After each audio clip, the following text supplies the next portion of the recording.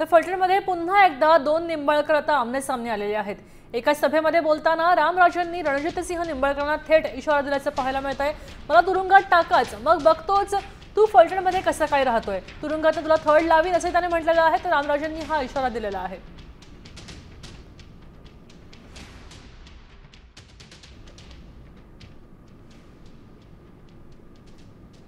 त्यांनी जर ताणलं तुटोपर्यंत मी ताणीन। मी तुम्हाला घाबरलो नाही, तुमच्या मागचा जो मास्टर माइंड आहे त्याला तर चुकून घाबरत नाही। काय करेल तो जास्तीत जास्त आम्हाला 77 वर्ष तुरुंगात टाकेल, टाकच आणि बघ तू फलटण मध्ये कसा राहतो। तुरुंगात ना तुला थर्ड लागेल। की आत्महत्येची वेळ का आली असेल,